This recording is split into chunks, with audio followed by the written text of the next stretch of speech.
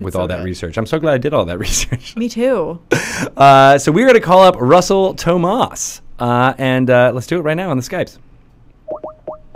Boop, boop, boop.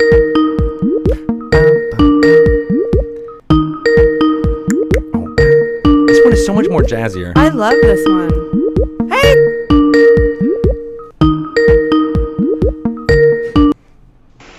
Hello? Hello. Hi. Hi, how's it going, Russell?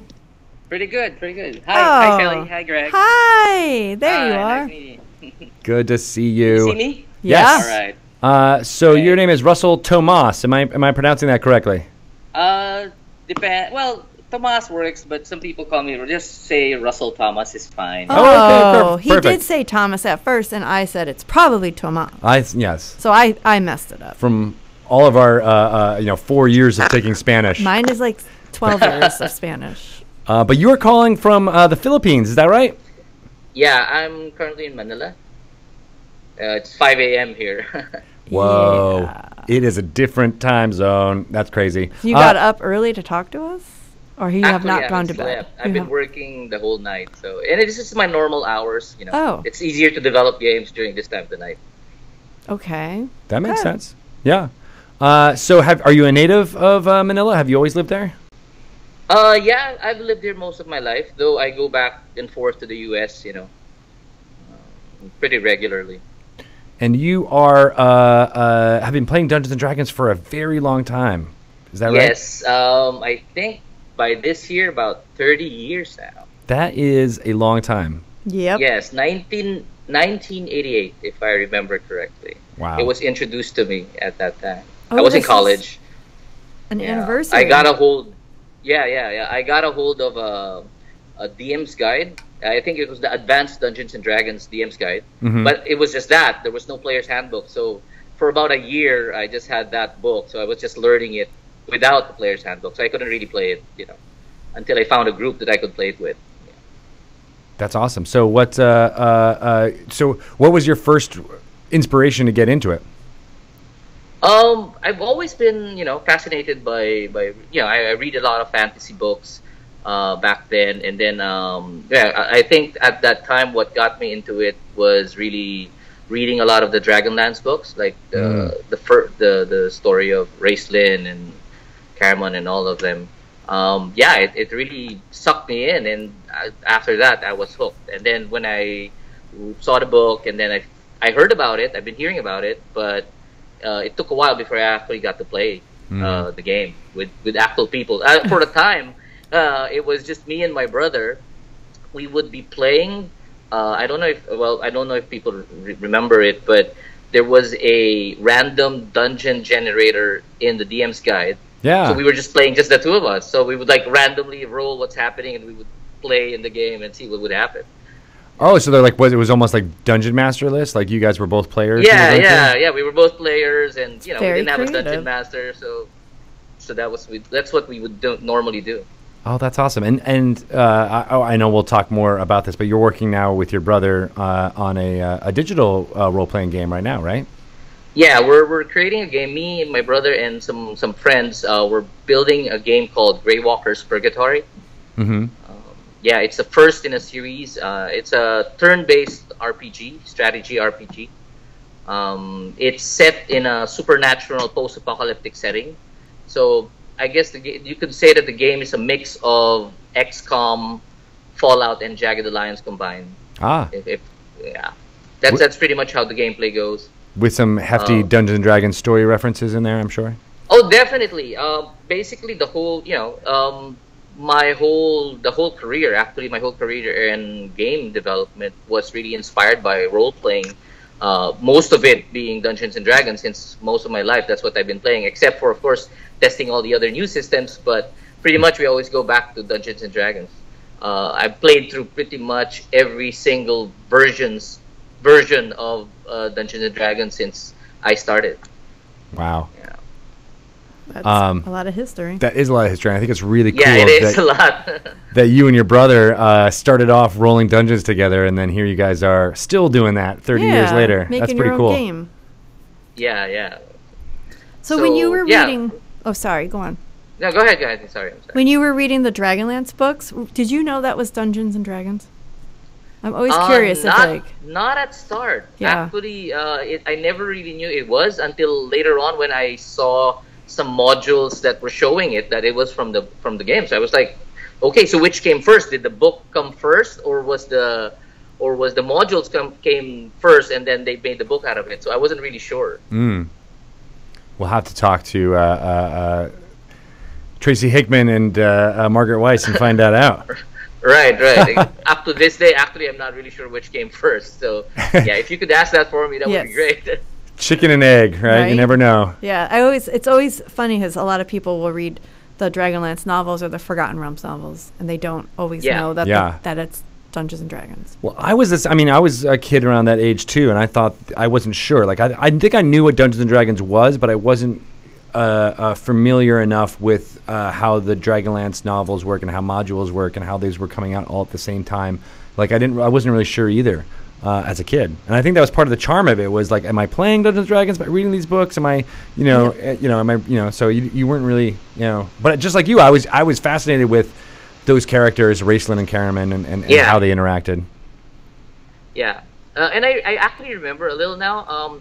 Before even Dragonlance, I think I got introduced to some Greyhawk books, but those I didn't know were connected directly to Dungeons and Dragons. But I did read it, so I got introduced to that. So I thinking back, I think I was in high school when I got introduced to the Greyhawk books. So I guess that was first before I got into Dragonlance. Now that I'm remembering it a bit. So you have a wealth of inspiration to draw from, and then you started a campaign, right, that has been going on for how long? More than 15 years. I stopped playing for a while. There was a point where I stopped, and then when Third Ed got introduced, and we restarted the campaign, and then since then we've been running the campaign pretty regularly for several years. Then we would take some breaks, but then somehow we would restart it.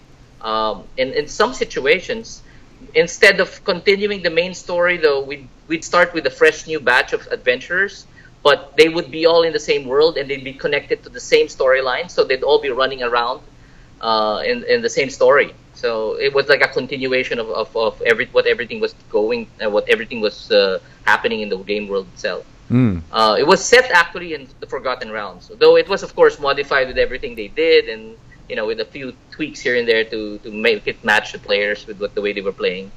It was like a shard of the Forgotten Realms of. Well, a big chunk of it was Forgotten Realms. I guess we would put in our own shards, but majority of it was still Forgotten Realms. That's really interesting. Is it still going on?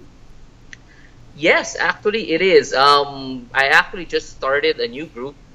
Set in the same setting, using the 5th Ed, bunch of new players. So there's about 8 of them or 9 of them in the group. So all level 1. We just started a few weeks ago. Oh, that's interesting. Yeah. So when you say new players, do you mean are they new to Dungeons and Dragons, or they're just new to? Oh, cool. They are new to Dungeons and Dragons. At least more than half the group are new. So they wanted to try it. They've been hearing a lot about it. So they asked me if I could DM them, and I said, sure, why not? It's a bunch of new players. We're always happy to bring in new players, especially that I've been so used to really big groups. My old group that I used to run, we were like between the average players with like 10 to 15 players every weekend. That's crazy. So, how did you do that? Because I was looking at the information that you had provided, and I saw that there was at one time you had DM'd for 25 people. Yeah, 25 people. All of them were 25th level to 30th level, all at the same time. How? It was crazy. How does this even? I can't even imagine. Yeah, we played in my house, and then we had this like gigantic room, and everybody was just standing around. It's like, of course, one turn would take 1 hour per round for everybody to finish their moves. Yeah, But it was fun. It was fun. It was really interesting. I think the campaign at that point, they were supposed to fight Vlakith, the Gift Queen. So they were all like epic levels already, and they had to fight her. So the players, the reason there was 25 players is because they felt they needed more firepower. So they invited my other group. I was GMing another group. Oh. So it's like 2 game groups together. Uh-huh. And then they had the game. But then something interesting happened in the game was like, before Blackheath was starting to lose, she made a deal with everybody. She offered it to everybody. It's like, work for me, turn to my side, and I'll give you anything she wants. Half the team turned. Oh. And so basically it turned into a grand melee, everybody trying to kill each other. So it was just really crazy. And then you were the only dungeon master running that? Yeah, I was the only dungeon master running that. How do you keep that I mean, the attention and the focus, and how does this... it's hard with 5 people. Yeah, I know, but I try to use it as my mental exercise. I do have tools, there's like a computer, it helps out a bit. But for me, it's I find part of it, the fun part of it, is handling all of that all at the same time. That's fun. So yeah, I got used to it though. With like a dozen people at that point, it was just a matter of going through the process already of going through each one, making sure everybody got to do what they were doing. Of course, I had to be more strict in the way we were running the game because there were just too many people. I didn't want to turn them away, so I said, "Yeah, sure, come on, let's do it." So I was gonna say, it sounded like the Avengers meets like another superhero team, or like the Defenders or something coming together, and then it ended up turning into Civil War with all them fighting each other. Yeah, pretty much. That's exactly what happened. Oh gosh. It's like Thanos gave them a chance to like, "Hey, come on, Yeah, come on. I'll give you everything you want." Awesome. So did anybody like perish? Were there any like permanent character deaths? There were a lot of permanent character deaths. Oh. And basically after that game, even friendships were destroyed to some degree. Temporarily, of course. Some of them betrayed them. Like we've been playing this game for like 10 years, and then suddenly after all of this, you betray us. Yeah, So if your it's character's like everybody 25th got level. really yeah, so it was really interesting what happened that night. And basically what they did, because they got greedy. They were supposed to just go in, take her out, and succeed, But then some of them had the idea, I want to be a god. Why don't we just help her be a god, then we'll kill her after she becomes a god? And that pretty much was the start of chaos, and everything got crazy after that. Wow. That sounds like a pretty epic, I would love to have been a fly on the wall to watch all that I wish you recorded that. Live stream that. It was really great. It was really great. Just in my memory now, I can think of all the things that happened. It was just really, really crazy, but in a fun way. What system was that? 3.5. Oh. Well, homebrew 3.5 at that point. Right. Which is why it was really crazy at that point, because half of them were power gamers, the others were role players, so it was a mix. So some of the characters playing in the game were really, really powerful. But I had a chance to prepare for it, so more or less I knew their characters well. So I was able to handle them to a certain degree, of course. And that was the best way I could handle them, was basically to let them handle each other. Oh. Yeah, basically they fought, people died. At the end of it, there was just a handful of them left. Oh. So. Wow, really? Yeah. Only a handful of them survived it. Well, yeah, when players start killing each other, it goes by very fast.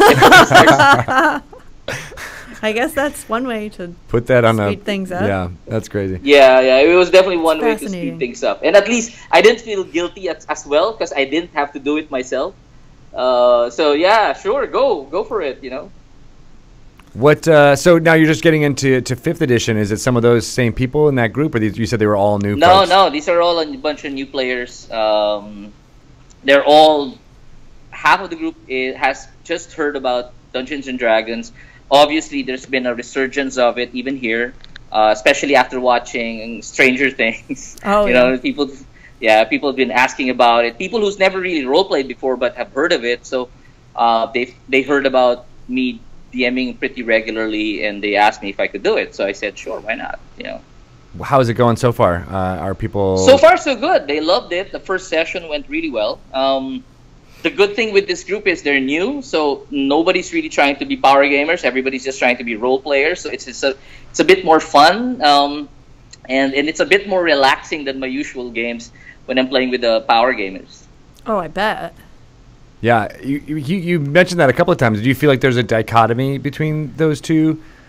There is actually, at least the way, at least in my experience, I've seen like people really take advantage, like the power gamers would take advantage of the system, and I am sure some of you would know that in 3.5 you could come up with basically super powered characters at that level when you're playing at that level already.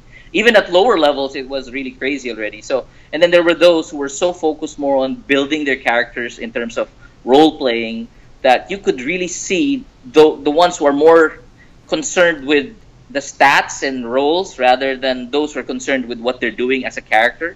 So, and there were those, of course, who were more of a balance of both. So yeah, I would say that there is definitely a dichotomy between the three types. Yeah. The ones who are at the two extremes and the one in the middle who's managed to balance it together. Yeah, I almost see like more like a spectrum in a way, where like there's going to be some folks who there's more in between. Yeah. Well, like, you know, even me, maybe I'm like 75% role player, but 25% power gamer. If I I want to have be able to do fun stuff at least once or twice a night with a combat encounter or something like that. So, but I also just love embodying a role and not doing anything combat-wise at all, and like going shopping in a town or something like that. Sometimes those are my favorite sessions too. So, yeah, no, I mean, I feel like, and it's going to be different from session to session. So that's what I like about 5th edition so far, is that like it seems to encompass both folks really well. Whereas 3.5 it's and a other balance, ones, right? Yeah, we're not going into, but like after a few years of an edition, it was very easy to be like, all right, that guy's got all 8 slots of magic items plus 3 ion stones, and he's ready to blow stuff up. Right. So with the new group, I'm just curious, how do you get people started? Like, what's a beginning? Do you help them create their characters? Or yes, I do help them. Yeah, I do help them create their characters, especially those who haven't read the rules. Yeah, which is like 95% of them. Yeah, 95% of them. And even those who know how to make characters, sometimes they don't like making their characters. They need help. Yeah. So how can I do this? How can I do it? So they'll just give me that concept or idea of what they wanna be like, and then we'll try to put it into the game as much as I can. And then there are those with a little bit more, fancier characters that doesn't really fit the basic rules. So I'll just have to come up with something unique that would work for them, and then I just play it by ear, and I'll tell them, okay, we'll improve this as we go along, as I try to understand what you like to play more. So that's pretty much the process of how I go about that. Yeah. Do they are they tentative about the role playing part, or have you noticed they just kind of jump into their character? They seem to like the role playing part, so they've managed to somehow get of it. Some of them are a little bit shy at first, but I think the moment things started getting more fun and people were getting into their roles more, and I would make sure that they would get into a situation where they would really try to talk to each other and get to know each other as characters, not just as players. Yeah. Then that helps them. In fact, the first session, there were no fights. It was really just, you guys got together somehow. They tried to get to know each other. Shenanigans were happening, of course, even then. But at the least, they got to know how each player was playing, thinking. And we would help them along too in terms of guiding them. Like, this is your alignment. You should be a little bit more this. You can be a bit more. You can stray of that a bit. But this is your guide. These are your guides, we would say. To help them out. That makes sense. And what's interesting about what you're saying, if most of these games took place in the Philippines and stuff, that I'm always interested to find out from people from different countries who play Dungeons and Dragons. I'm like, I wonder if there's like a different style, or like if people, go. I don't know. It's a different culture, so I'm like, how does the different culture react with Dungeons and Dragons? But what you're describing sounds very similar to how every dungeon master I've ever had plays. Yeah, from what I've seen, I've played Dungeons and Dragons here and in the U.S. and at least in the Manila and in the U.S., it's pretty much the same. There's not much difference, except of course sometimes the language. But beyond the language, culturally, since we're all trying to be somebody else in in a world wherein it's all, fantasy situation, people seem to forget. Though sometimes, some would try to bring in a character that is Filipino-like. So then, they would make like some sort of tribal character. Then that's the only time, I guess, that we would bring in some flavor specifically from the Philippines into the game. But most of the time, it's the traditional, European fantasy characters, running about. What are some of those the Filipino characters? I would love to hear about those. Yeah, like normally it'll be like they would have. Are you familiar with Eskrima? No. It's like the Filipino martial art. So it's like supposedly one of the really deadly martial arts. So that would be, they would bring in masters of Eskrima, which is normally sword fighting with two sword fighting or daggers, or it's really a mix. So they would play a monk or a fighter with that as a fighter monk, basically to represent it. And then they don't wear armor. They're just wearing a G-string most of the time and some beads and pretty much that's it. So they play and they try to be that, and they'll try to act and react like what would happen if we were in a world that was more advanced. Because even to that character, medieval Europe would seem like a very advanced culture as far as they would be concerned. Right. At least if you were to compare the culture and the nature of the character that would be playing in that situation. So it's like a fish out of water situation. Yeah, and those people, who bring that character to the table want to play that type of character. Yeah, they do. They wanna, but some more often than not, they do it just to have fun. They don't really take it seriously. They just wanna see all the crazy stuff they can do if they were like different from the normal culture, and see how everybody would react to them in when they're playing that way. Right. Yeah, that makes sense. That's cool. I want to find out more about that fighting style. That sounds pretty definitely. badass. I can tell you more about it. I want to see a demonstration with live steel. And the G-string. Oh yeah, and a G-string, of course. The G-string needs to be a big. Sounds like it's an important part. Me. I won't be doing that. I'll probably find somebody else to do it for you. I'll do it. I'll be your Huckleberry. No problem. Well, that's really interesting. I mean, you mentioned the language thing too. I mean, how do you normally play using Filipino, or do you use English, or do you go back and forth pretty freely? Yeah, we go back and forth. We call it Taglish, Tagalog in English. So it's mostly talking in English, but then Filipino words would be injected in as we talk. Like expressions and stuff like that. But generally, it's English. I actually give props and extra XP if people can actually speak in their appropriate accents, so to encourage them. So that's in terms of language, it's mostly English. Yeah. I need a new expression for what would be a good expression for when our dungeon master does something or something happens to the party and we're just kind of screwed. What would I say?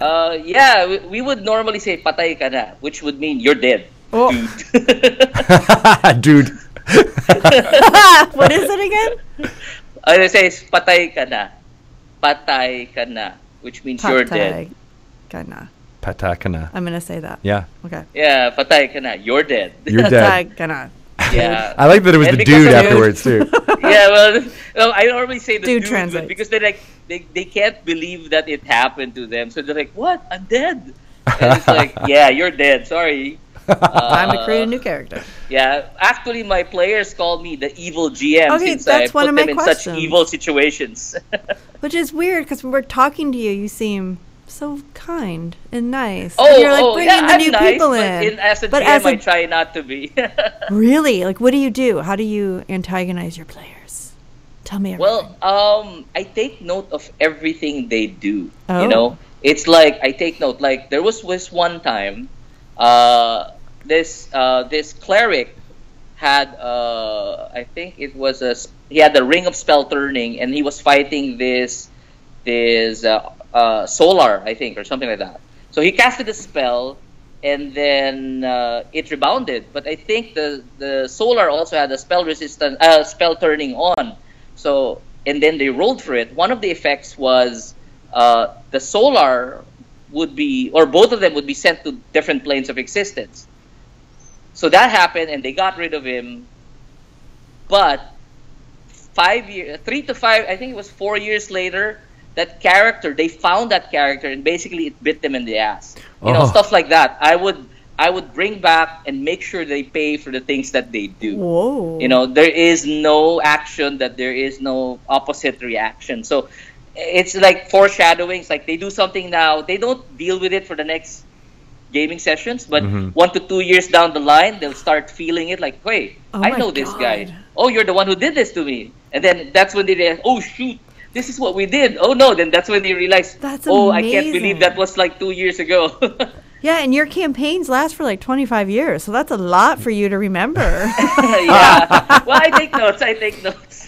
You've got that one thing they did in the first session you played in with them in like 1995. Yeah, You're going to be like, I was 16 years old, man. and I've been holding on to this. No.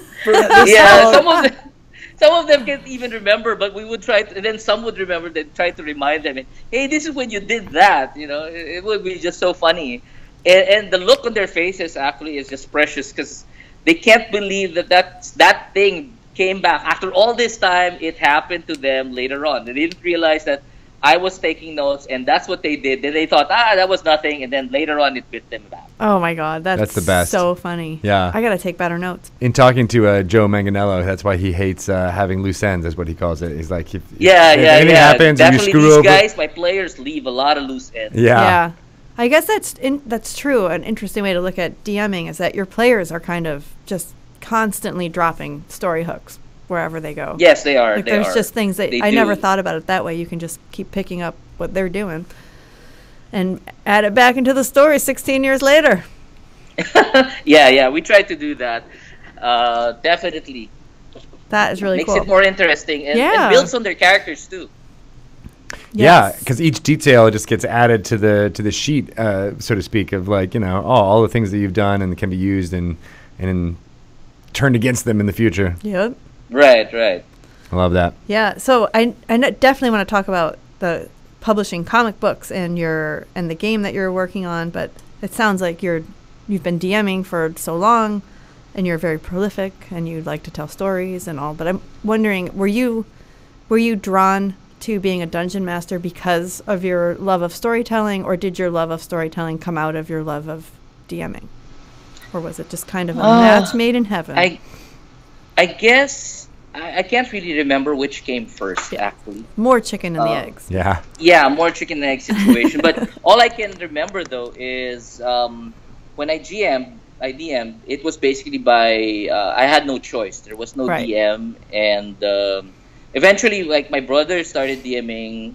There was a DM, then my brother started DMing. Then after that, my brother stopped, and there was nobody else willing to take the reins. And then I said, okay, I'll give it a try. And then I realized that I really enjoyed it. And then that's, now that I'm reminded, I think it was the DMing first, and then that showed me that I did like to create stories. Yeah. That's cool. Yeah, because I was starting to do a lot of stories because I didn't have enough time to prepare sometimes. I would be creating stories on the fly and, you know, creating characters. So always I would have an idea of what was happening, but I always have to roll randomly for a name because that's always the last thing to come up. But yeah, I guess that's how it started, you know, DMing, and then it developed my desire to create stories. And in a way, it was at the same time that I realized I also wanted to do comic books at that point. I think in a way that gave me the stepping stone to create my own stories for comic books. At that time, I wasn't really thinking that I could create video games or even make RPG game or anything similar for us. It was that's something that we want to do. Maybe it's a dream as far as we're concerned. Mm-hmm. So the closest thing that I saw that I could create those stories was to create my own comic book. So that's what I got into after college, and that started my whole creative direction doing that. So D&D did have a big impact on my life, actually. I think it's probably partially the reason why I didn't I decided not to enter med school and decided to do creative Whoa. stuff. The world is short. A potentially great Yeah, doctor I know. because of D&D. Oh, but it's okay. I'm happy where I am right now. I think D&D saved me from a life that I was not meant to lead, and probably was not going to be happy to do. Yeah. Yeah. That's amazing, though, that you were going to go to med school. Was that like really on the table, and then you were like, no, I'm going to go more creative stuff? Oh, it was on the table. Actually, it was either med school or go become a priest. So I decided now I'll become an artist instead. Whoa. All right. Well, I salute you for that, sir. Good choice. Yeah, that's wildly different. Yeah, because there's too many clerics in the world. We don't need any more clerics. Yeah. And I realized I'm not a cleric. I've never played a cleric. I don't like playing cleric. So I normally play rogues when the few times I get to play. So right. Yeah. No, with a couple of skills in medicine to make up for the. There you go.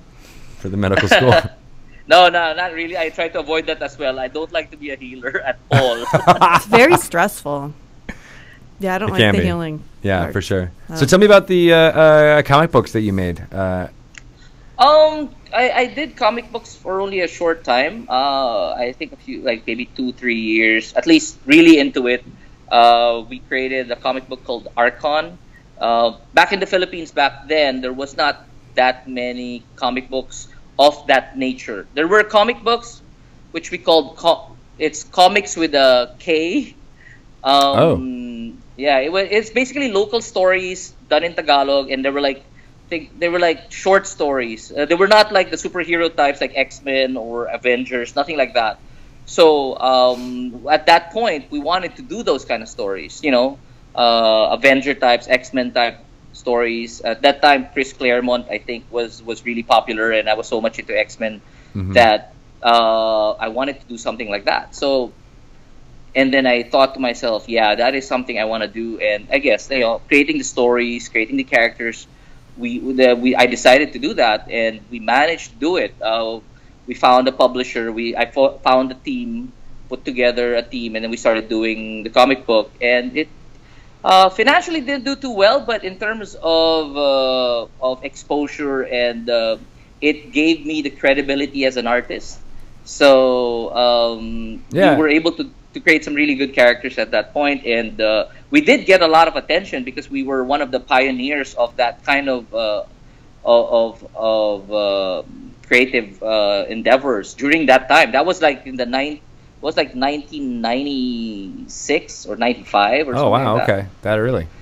Yeah, so it was pretty old. That's it was interesting. Pretty long ago. Sounds like it was your first experience putting together a team and doing some project management skills and stuff. It was. It really was my first project. That was after college, and it was interesting. I learned a lot from there, and that's what got me started to be an entrepreneur and to put together teams. And once I got started, it's been going on from since then till now. It's just a question of what I was doing. I was just shifting on the type of creative projects we were putting together, but it was all creative in nature. Yeah.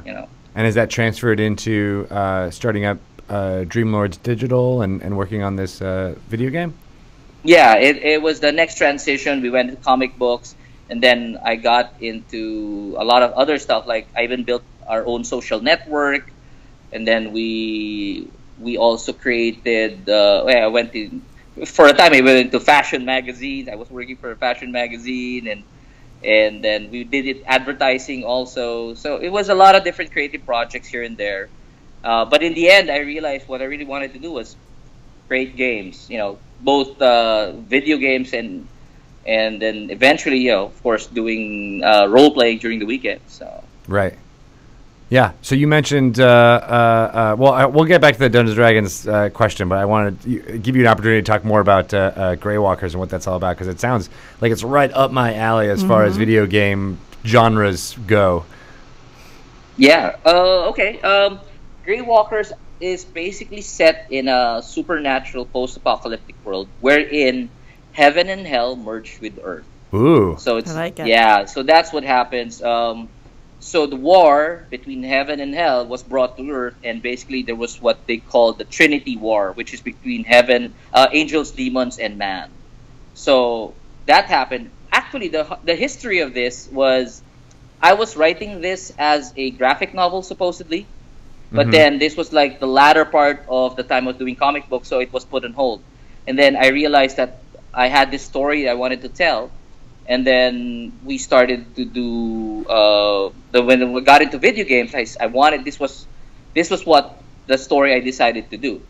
Background though, the original story I was supposed to make for a video game was actually based on the campaign that I was running for D&D, which I actually entitled the game Isles of Destiny. But then we were supposed to do an MMO, but then we realized it was just too big and too difficult. And at that point in time, EverQuest and World of Warcraft was out, and we said, okay, we're not going to be able to top that anytime soon.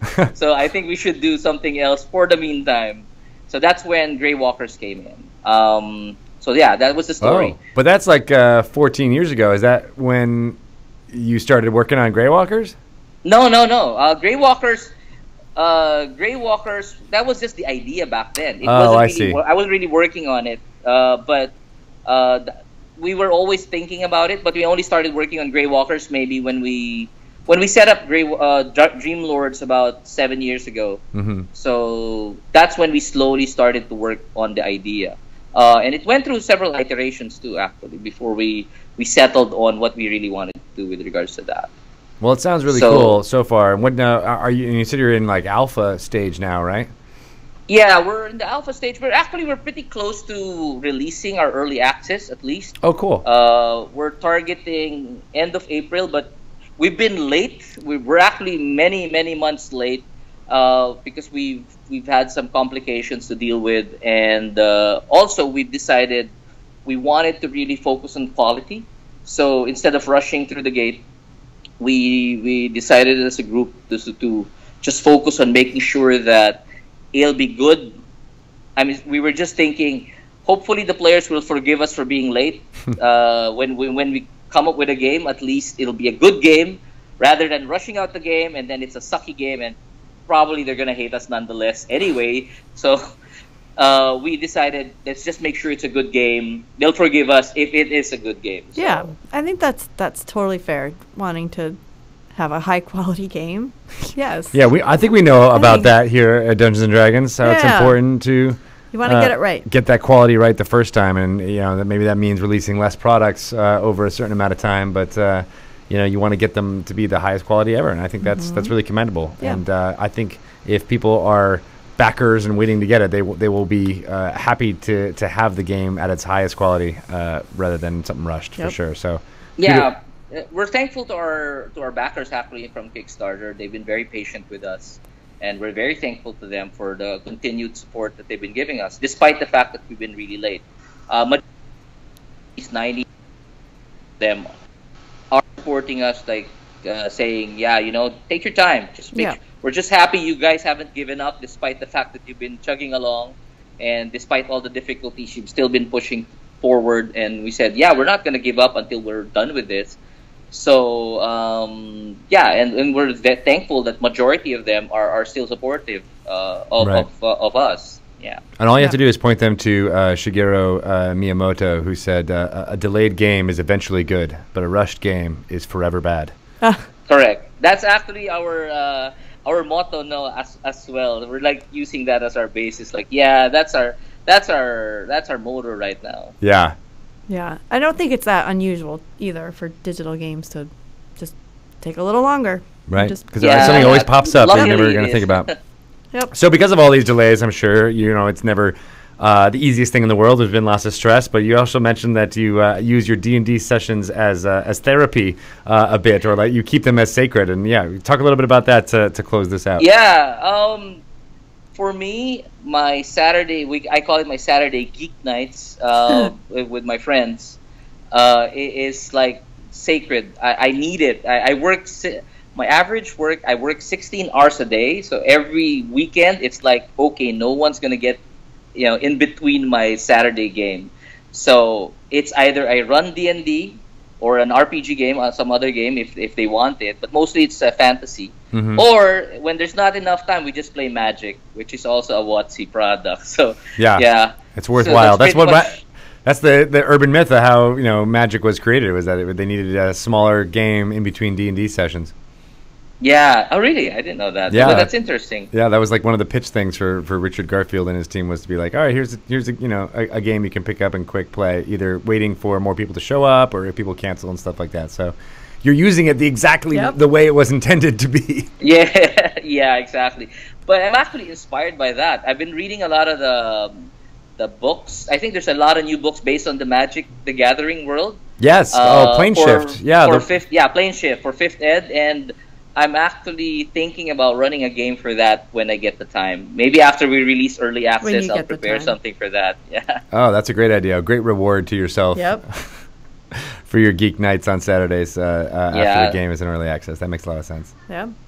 Cool. Well, thank you so much for calling in at the early in the morning for you. Or late at night. Thank you very much. Yeah.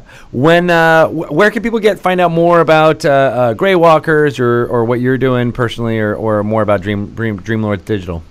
Well, we have our website, dreamlordsdigital.com, and we have our website also for Grey Walkers, which is greywalkers.com. Of course, we have our Facebook pages also that they can follow or like when they get a chance, which is Facebook/Greywalkers and Facebook/Dreamlords Digital. Awesome. What about you yourself? You want to throw out your social media accounts there in case people want to follow you? Well, fine, sure. Normally my Twitter, everything is Wildcard, WYLDEKARDE. So that's pretty much my my handle for all my social media. So all they have that, they can find me on Instagram, Facebook, or Twitter, all using that. Very cool. Awesome. Yeah. And one final thing, because I just kind of thought of it. Do you guys ever stream, videos of you guys playing Dungeons & Dragons? It'd be interesting to hear it in tag-along or taglish, as you were saying. We've thought about it, but we've never really tried it. But now, maybe we should try it one of these days, and we'll let you know. Yes. Yeah. That is super exciting. I want to see more and more people playing D&D in their native language and how it all works. I think that's that'll be that's a great idea. We'll see how we can go about setting that up, and then maybe we can send you the video once we have it or once we have a stream ready. Awesome. Yeah, I'd love to see it. All right. Well, thank you so much, Russell. It was really good talking to you. Thank you so much to both of you. Thank you for having me on the show. Our pleasure. And more power to you guys. You and too, you man. as well. All right. Take it easy. Thank you. Bye-bye. Awesome. So I was looking at his notes again. Yeah. And he used to play in college D&D from Friday night all the way to Sunday afternoon. I know. What? That's amazing to me. How? Well, it's like in Stranger Things when the little kids, they play all day long. I was like, man, I didn't have that experience as a kid because I had such a, crazy mom. But like, how awesome would that have been if you were like had nothing else going on? You're like, you don't sleep. You just like fall I would asleep, assume they and then slept. You put your head up and like, oh, is it my turn? Is it my turn? Yeah. Now I want to do that. Now I want to like book like a guys' weekend and just play D&D or a girls' weekend. And I'll have the G-string and do all the combat moves that you need to do. Yeah. Yeah. Do you want to do that? Definitely a girls' weekend. I hear Bart's going on a trip. We can make it work. Hey. We can play some D&D. You'd have to come to Florida to see my parents. Not going to Florida ever again. Oh, it's my parents, though. Oh, okay. Well, that's all right. That makes it easier. It's totally different. That's awesome. Yeah, he's awesome. What a great conversation. I feel like I learned so much. Nice guy. Yeah. Good stuff. The evil GM. The evil GM. You know what? I saw some people mention this in chat, and I wanted to say it, but I didn't get a chance to. But that's exactly Chris Perkins. You think he's such a nice, very accommodating person. It still surprises me. So kind and generous, and then what he does to people in Dice Camera Action every Tuesdays at 4 p.m. Pacific time. Real tears. Many, many tears and wine over that's the machinations. Therapeutic for him? Like he's working through some stuff. I think it's just good storytelling. I mean, you really can't have a good, compelling story without conflict, without tears, and things going on, right? Yeah, I think, and he just gets people so invested in the story and in their characters. So it's hard to hear or see things happening without getting emotional. Right. Yeah. It feels like Russell was doing the exact same thing. Yeah. So. Good Sign stuff. of a good DM, I guess. And it's so interesting. I mean, I feel like whenever we talk to people who play from different areas that isn't the United States, it's like this weird universal language that everybody knows about Dungeons and Dragons and plays it, not too differently from the way it's played here. Nope, it's universal. Yeah. And I liked hearing how he said people had been hearing about it and they were curious about it. Right. But they seemed to all go to him for their dungeon mastering needs. Right, which is still happening here. I still get relatives or people who don't know me like super well, but they know that one fact about me that I'm working for Dungeons and Dragons or something. That's like, oh, so I saw it on the shows. Oh yes, so I watched Stranger Things. Right, or Patton Oswalt said it on national TV, or things like that. And and then they just ask me all the things, and it feels. But not your mom. But Your not my mom. ask No, she would never. She just pretends that's not happening. Pretty much. Yeah. But that's why and maybe it's the Catholic upbringing, but that story that he was talking about angels and demons fighting their war on our plane material, that's really cool. That's something that Grey really Walker's Purgatory now makes more sense as a title. Oh yeah, because it does make much more sense now. Yeah, it's really good. Yeah, I can't wait. Yeah, I hope he does. Maybe he will turn it into a graphic novel because I'd even like to read it. Or you can, look over my shoulder as I'm playing the game. That would be fun. Oh, that reminds me of the dream that I forgot to tell you about. Oh, you had a dream? Yep. Somebody sent us, wizards, a box full of stuff, just toys and things. Yeah. And you put on this very synthetic rainbow wig that also had these elf ears put on it. Yeah. And for some reason, I was sitting behind you and I was putting your fake hair into little ponytails and braids. And we were recording the podcast while I was doing that. And I was like, I feel like this is kind of a weird angle to be sitting, but whatever. And I just was braiding your little wig. Oh, yeah. That seems like something that would happen. Yeah. That's not too far off. No. And you were wearing the wig, but asking questions about all the other toys that were in the box. Yeah. But not about the wig. You were all in on the wig. All right. So if I receive a synthetic wig that's very rainbow colored, synthetic, because I was the one touching it. Yeah. Then we'll know that you can predict the future. Yes.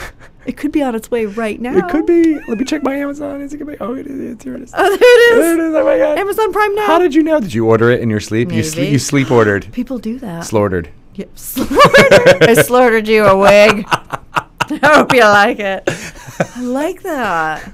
Yeah. Apparently, if you're on some sleeping medications, you can wake very up. Common side effect is the online shopping. Really? Yeah, slaughtering. Oh. Slaughtering. Slaughtering. It's very close to slaughtering, but you're no, we're slaughtering over here. Yep. All right, well, good to know. Now I'll be checking those purchases with a fine-tooth comb now to be like, Edna, were you slaughtering? We're slaughtering again. Again. That's why all of these toys keep coming. Oh, speaking of which, what is up with Edna pulling out her own teeth? Yeah, she's big now. She can just do it. I don't care how big you are. I never did that. The teeth Well, you never had a loose tooth when you were a kid? Of And then you did. push on it with your tooth? Yeah, with your but tongue? then it was the Well, it was awful- basically hanging by a thread. Yeah, but she I was couldn't pushing it, pull and it. it was coming so forward that, we have done so many of them. And Erin is the one, my wife is the gung ho, she pulls I them. will yank it out, right? I'm not doing that. And I'm like, no, My mom just let it used to come do out when that. it comes out. Don't push it. So Erin kind of pushed the first couple because she was excited about it. Now that we're at 7, we're kind of okay, I whatever. remember my mom taking a handful of tissues and getting all up in there and pulling out my teeth. Ah, it's so gross.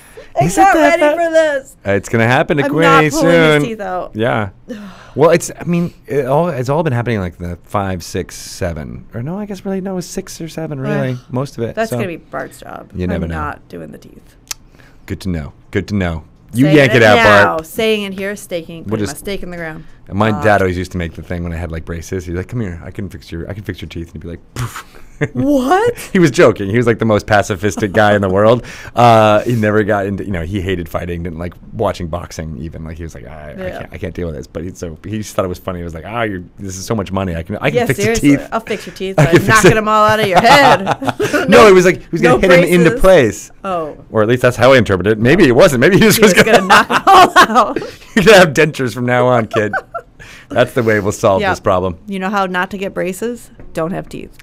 That's it. Yep. You solved it. Yep. Any other fun stuff you want to talk about before we close this one out? I don't know. No? Nothing? No. All right. Just Well, making some games. follow Shelly Moo Shelly Moo. and Avalon Hill 2 And Avalon Hill too. And if you want to get in touch with me, I'm at Greg Tito on the Twitters or at Greg_Tito on Instagram. If you want to see some of my lovely pictures, including family bike riding. Of a family bike ride. Exactly. You can check that out. Actually, I think it's on Aaron's thing, but whatever. You guys are awesome. Thank you so much. Go to DungeonsandDragons.com to learn more about this game. And Mordenkainen's Tome of Foes is coming out in May 29th. It's going to be tons of fun. 28th. Is that what I said? You said that before. All right. I don't know what it is. It's around there. What is it for reals now? No, it is the 29th, and it's the 18th. Is the friendly local game store release. Good thing. All right, everybody. These rocks are gonna fall. Oh no! And kill. Ow! You're dead.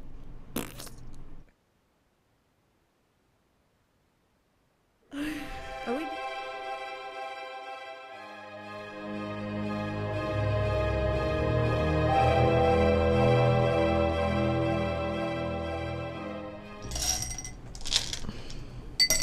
You didn't have to do it in my direction. I did it at you. I was like, "Here's all the dice are falling on you." Now I really feel like I took that personally. You're like, these are sharp. These edges are sharp. They're gonna kill me. You really did try to kill me. You guys are awesome on the Twitch. Thank you so much for watching and/or listening and paying attention about it. It's all about teeth.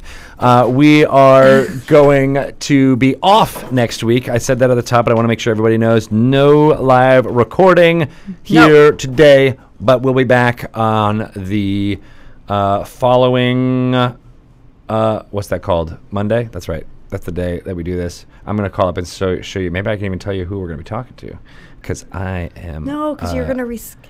Oh, right. No, but no, this is for the, because the 19th we have off, and then on the 26th. Oh, yeah, we're going to be talking to Beeve Dave Walters on the 26th, and also potentially Claudio Posas and Teos Abadia, who are, one of them is an artist who's done lots of art for D&D 5th edition over the years, and then the other one is known as Alpha Stream here on the Twitters, and has been doing tons of adventures for us for D&D Adventurers including League one that we're playing. Including one that we're playing right now, right? The Maybe Adamantine. He can give us some tips. Some pointers. Tell us what happens at the end before it happens.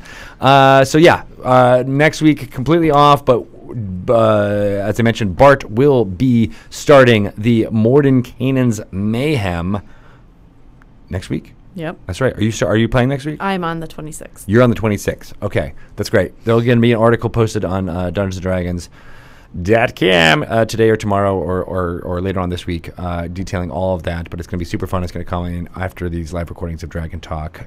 D&D team people using monsters, high-level monsters from Mordenkainen's Tome of Foes, battling each other out. Lots of fun. Really cool people playing, including our boss, Nathan Stewart, and Kate Welch will also be playing, as well as Ari Levitch. Yep. I'm just rattling off the people that I know for sure. Adam Lee. Emmy is going to be in it. That's right. So tons of fun to see them battling out Theater of the Mind style with Chris Lindsay as Dungeon Master. So whoever's doing the audio for that needs to make sure his mic is turned down, because there will be loud laughing happening. Oh, I'm pretty yeah. sure. And a lot of this. Not Ryan. He's like, phew. It'll be Pelham. All right, guys. You are all awesome on the Twitches. Thank you so much. And thank you for subscribing. Everyone who subscribes gets a big high five from me today. Yay.